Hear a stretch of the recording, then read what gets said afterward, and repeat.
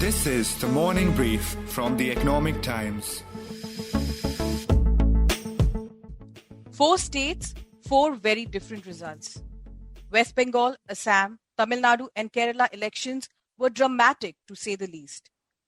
While polls started in March, it continued through April in some constituencies, coinciding with the deadly second wave of the COVID-19 pandemic that India is still grappling with. The result has been a mixed bag. Trinamool Congress in West Bengal, DMK in Tamil Nadu, Left in Kerala, and NDA in Assam. But the verdict on Sunday has made one thing clear. The national parties cannot have a one-size-fits-all strategy towards states. Congress lost more ground, while anti-BJP regional parties emerged stronger. What happened on the ground? We take you to a tour across India to speak to reporters who were the ears and eyes of the Economic Times in these states. From the Economic Times, I'm Rachita Prasad and you are listening to The Morning Brief.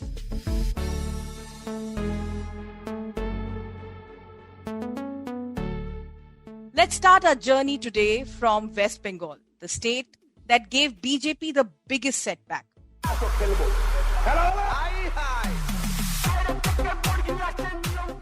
Victory of the Bengal people and victory of the country and victory of democracy. In the Didi versus Modi battle, Mamata Banerjee-led Trinamool Congress emerged the winner with 2/3 majority. While Banerjee herself lost in her constituency, she managed to stop BJP in its eastward push. We have ET's Vasudha Venugopal with us, who was on the ground covering the polls closely. Vasudha, West Bengal elections turned out to be the most dramatic of all states that went for poll. Like I said, it was all about Didi versus Modi. It was a tough call. What do you think worked in Mamata's favor? So, the West Bengal election is a story of almost 3 years because I remember after UP elections, the BJP had completely started focusing on Bengal. They started with Naxalbari, they came to Bhawanipur. This was the Home Minister doing various meetings here in 2017, April. And the story just went on. It was such a prolonged campaign for the BJP, not just the last 4 months. And of course, it intensified in the last 3 months. We saw that Mamata Banerjee was fighting a very difficult battle. She was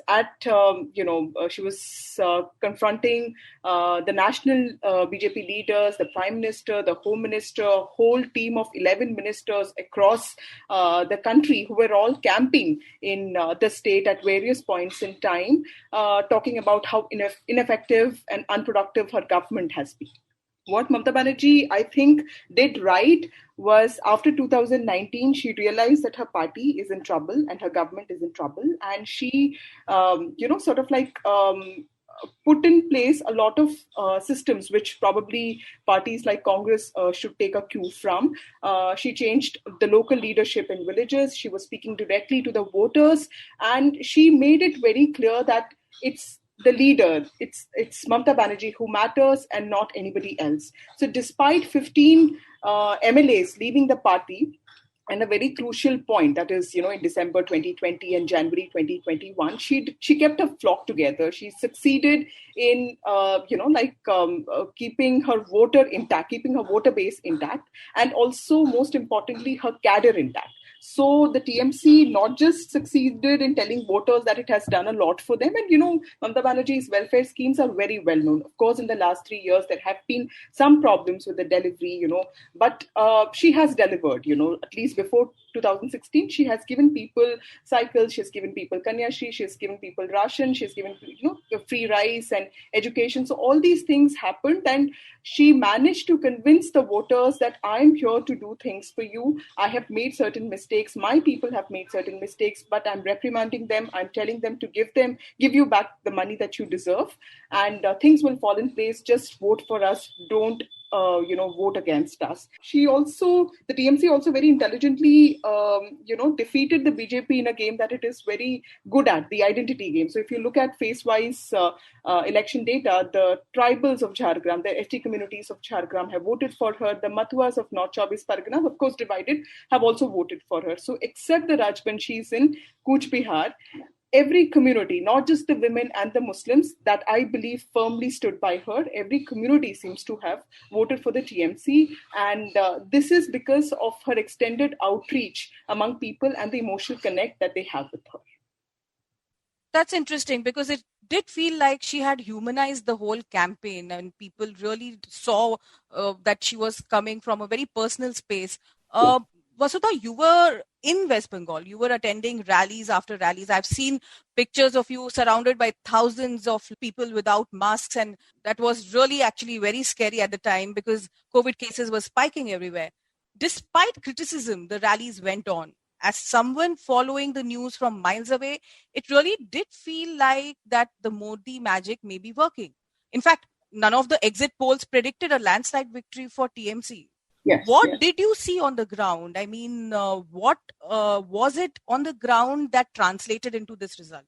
Well, there was complete delusion on ground because the BJP's campaign was so high decibel, it was so noisy, and there was a lot of importance on the number of people who come to rallies, because the BJP always emphasized on the fact that the silent voters are with BJP, and people, there's a party culture in the state and ruling party culture in the state. They don't really talk about who they are voting for. So we have to have these really vast, comprehensive rallies to give the voters a sense of confidence that we are here to stay and we are here to take care of you. Of course, that nothing of that sort happened because the silent voters turned out to be of the TMC, right? And they went and voted under the protection of the central forces that had come in because the BJP requested for it, and they went and voted for the Trinamool.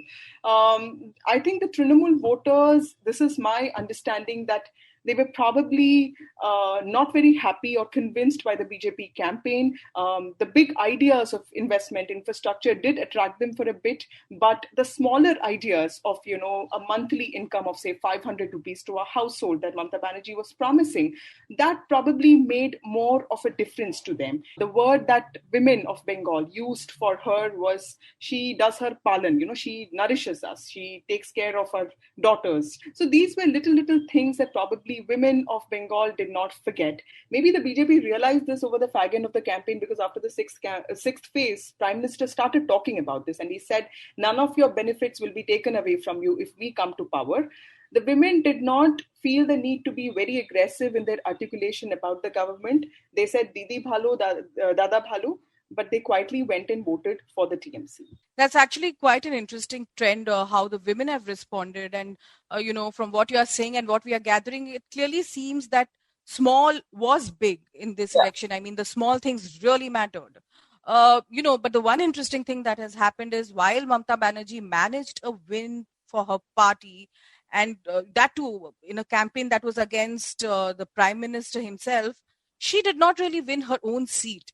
What does it mean for Mamata? I mean, what would be the challenges for her now? Well, I think, this is not really, this won't be very important in the larger scheme of things because she has managed to deliver a state. Nandigram was always about Shuvendu Adhikari. Shuvendu Adhikari is a mobilizer par excellence. He is someone who gets things done. He is the son of the soil. Even if you see the results yesterday, he has been able to make 10 of his candidates win in that area. The undivided Mednipur, which has around 35 seats. The BJP used to keep telling us that, with Dilip Ghosh and Shuvendu Adhikari, our 35 to 35 is done. But the BJP only managed to win 12 seats, 11 of which are Shuvendu's people. Yes, of course, Nandigram is a little bit of an embarrassment. Shuvendu Adhikari has become this giant killer. But, in this scale of victory with 213 seats, with your STs and Matwas and women and Muslims, everybody voting for you across regions, South and North Bengal, I don't think this would really matter that much. But Vasudha, BJP did, manage to get more votes than the previous election. Do you think they will be an opposition that may make life tough for the Banerjee government? Absolutely. I think BJP is a party that takes setbacks the way politicians take setbacks. They don't really go crying about it. They make changes very fast. They are very ambitious and aggressive about Bengal. The Battle of Bengal means politically big things to them, but also ideologically, because their founder comes from the state. And more than that, it's also an ego battle. It is a prestige battle for the Home Minister specifically. And in the coming days, I do see they already have 77 MLAs in the assembly. So I'm sure they are going to work on this. They have made huge gains in North Bengal. They've retained their seats, the ones that they won in 2019. Some of the places where they should have done well, but they didn't, was this Hindi-speaking belt of this Durgapur Asansol belt, the Paschim Bardhaman belt, some regions in North Chaubish Parganas, where there are Bharatpur for that matter. Like so many UP, Bihar workers live there, and these places have gone against BJP. So there's a lot of introspection that the party needs to do if its own core voters are not listening to the party. And there was this manifesto that they released with so many freebies, but none of them seem to find any traction among voters. So there's a lot of introspection that they need to do, apart from the fact that they need to embolden and empower local leadership and not make it a whole centralized campaign that it was. And from West Bengal now, we move to Assam.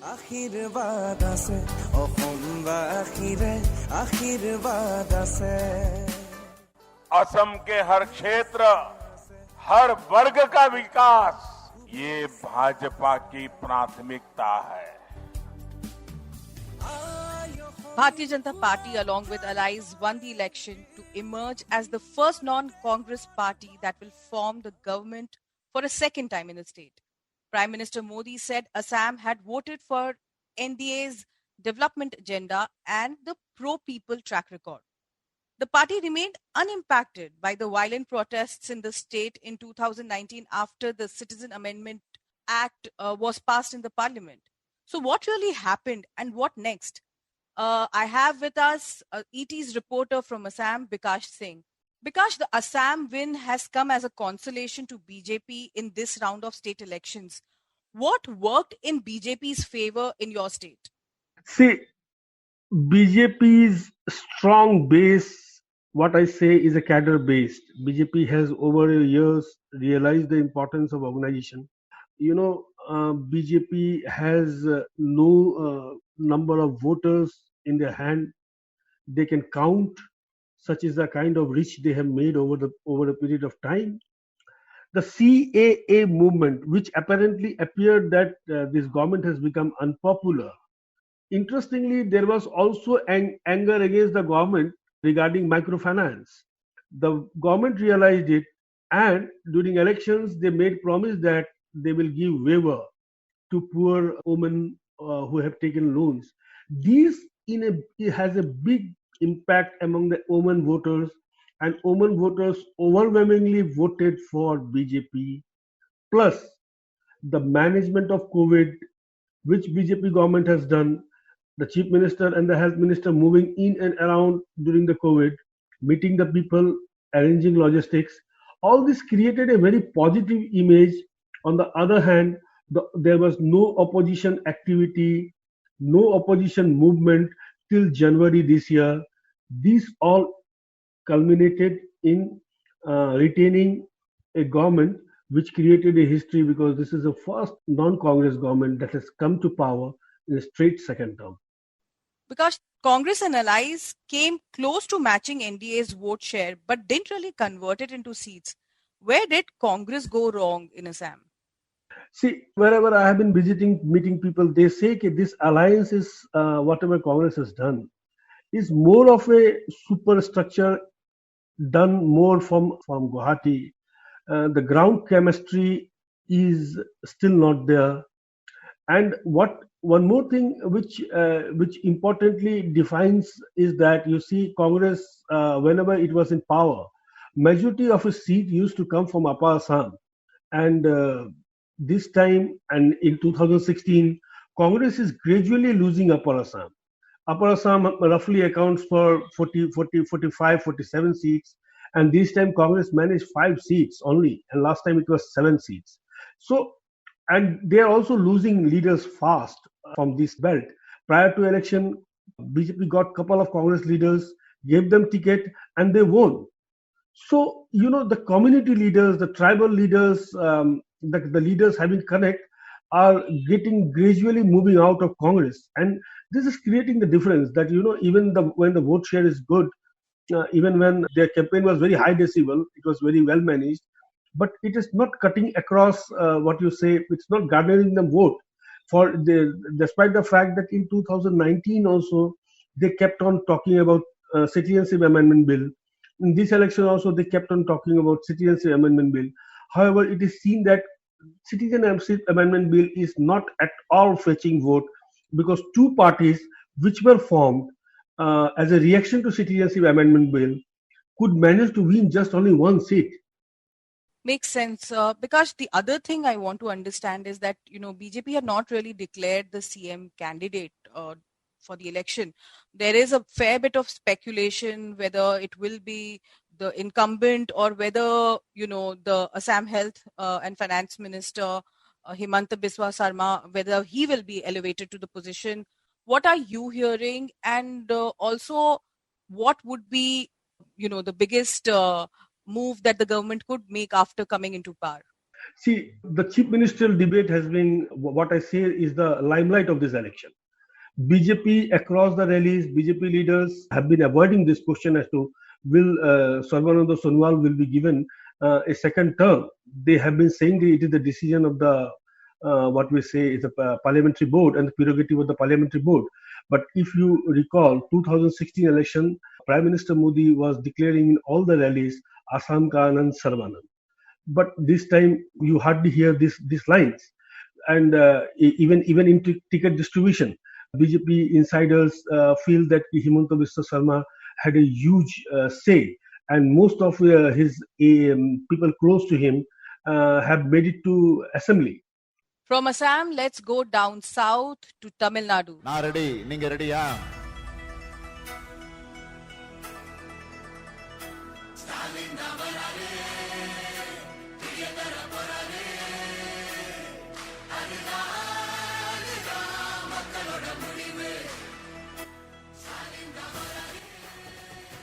The incumbent AIADMK and rival DMK both fought the election without their respective party stalwarts, J. Jayalalitha and M. Karunanidhi.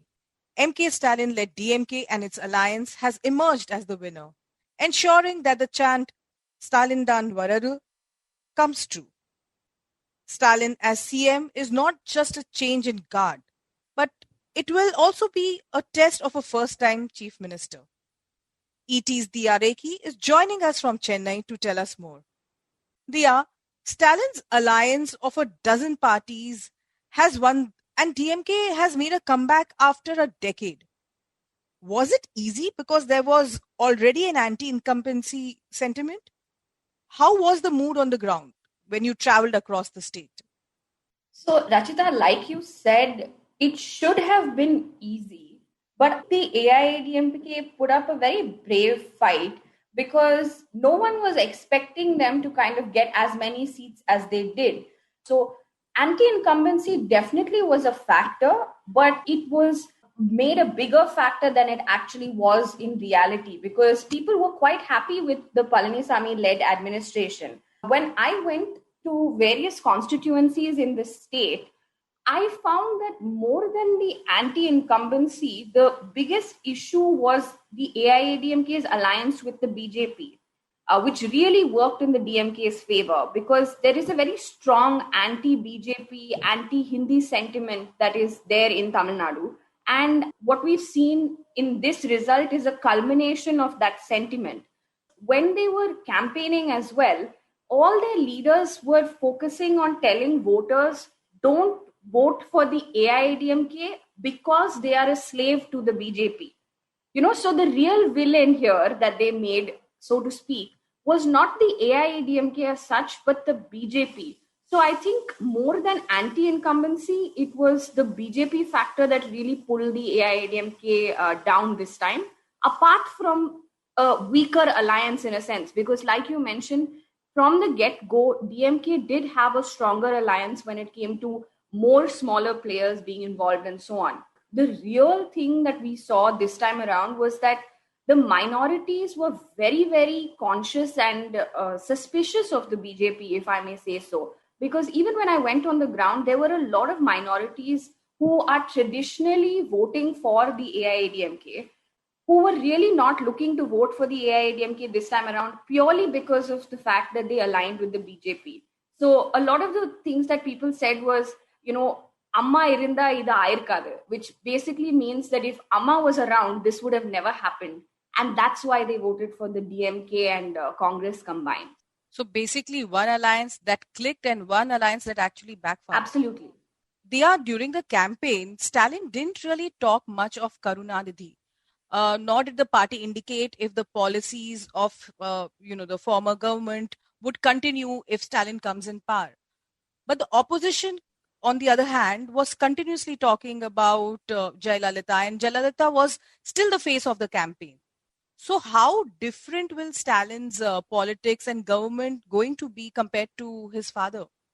So, Rachita, this was a very conscious decision on the part of the strategists who were handling DMK's campaign, which is Prashant Kishore's IPAC. And what they wanted to do was create an image of Stalin, which is him coming out of the shadows of his father.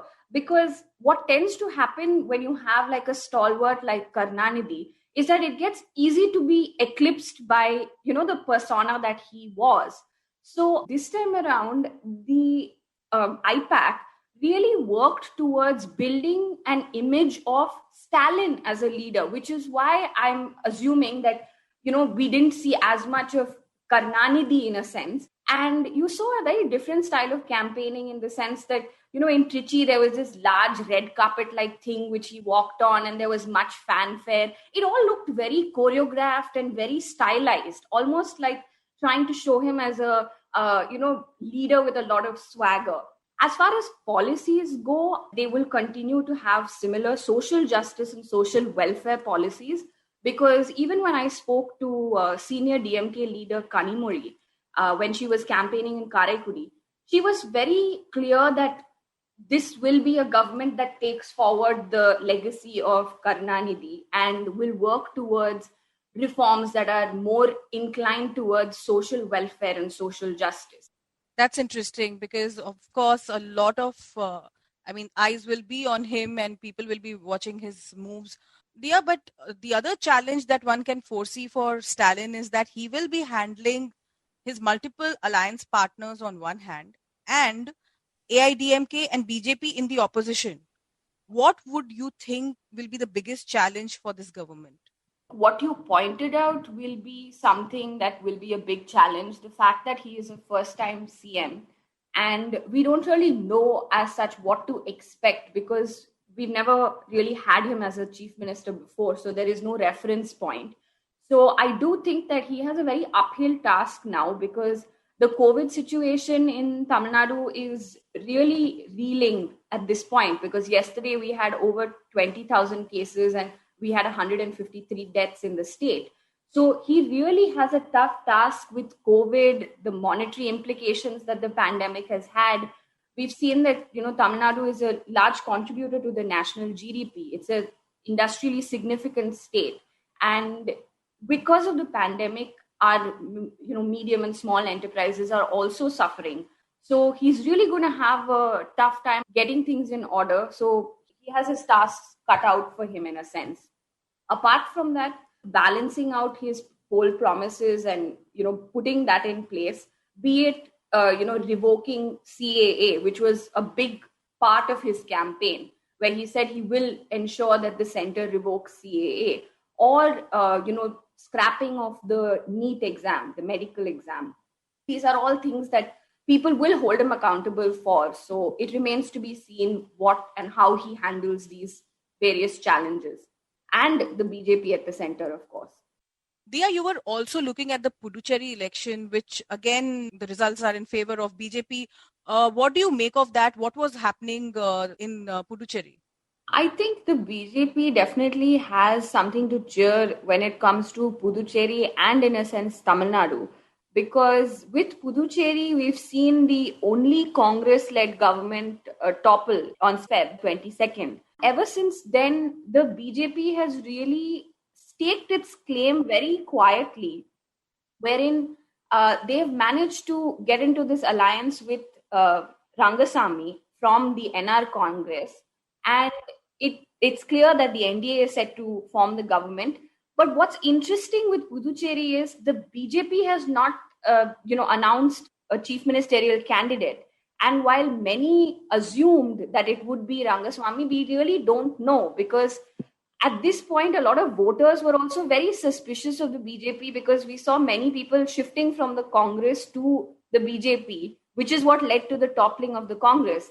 So I think it will be interesting to see who they announce as being their chief ministerial candidate. And for those who voted thinking it will be Rangaswamy, and if it isn't, they will really feel let down. But overall, I think in the South, the BJP, when it comes to Tamil Nadu and Puducherry at least, have some reason to cheer. And now from Tamil Nadu, let's move to God's own country, which seems to be bucking the trend seen in the rest of the country, Kerala.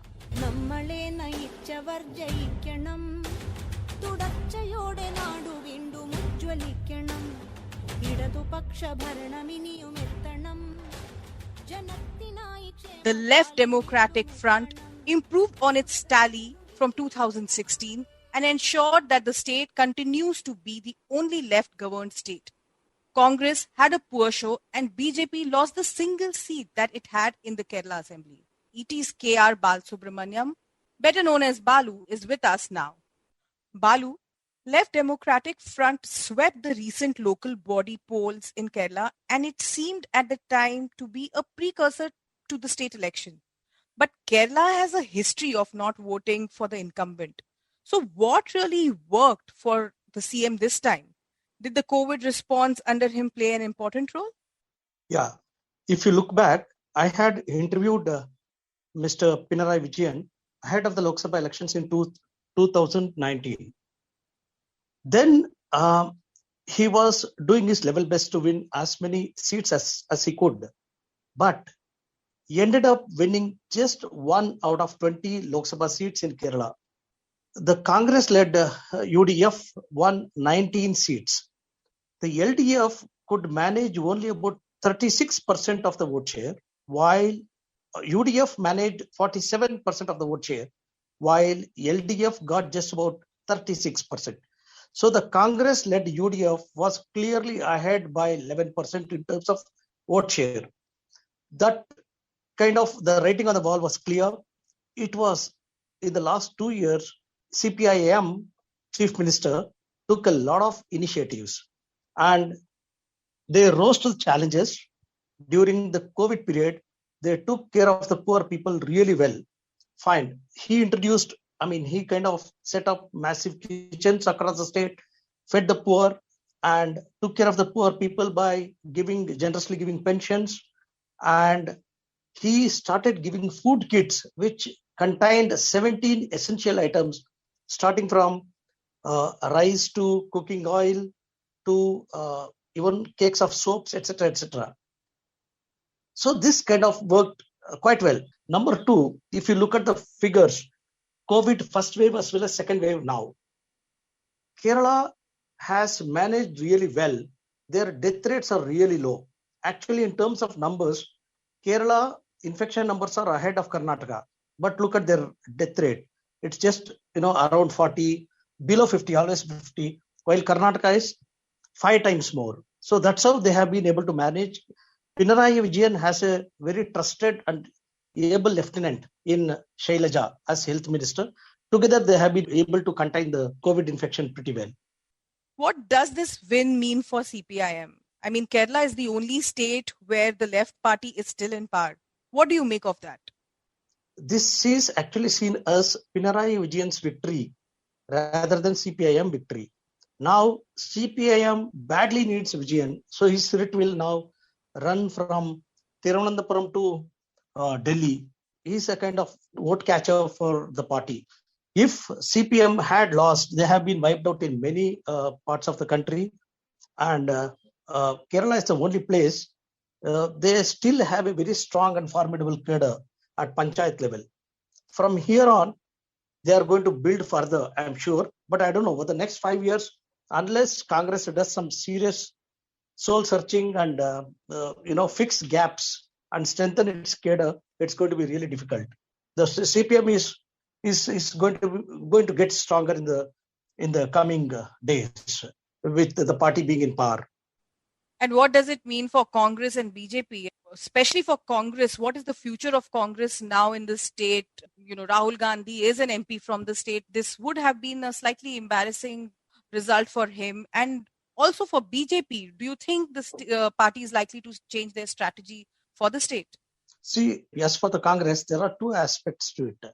Number one, a lot of its traditional voters, which is Christians in South and Central Kerala, I'm told they voted for the LDF. Though BJP tried to win them over, etc., last minute they decided to vote for Pinarayi Vijayan, number one.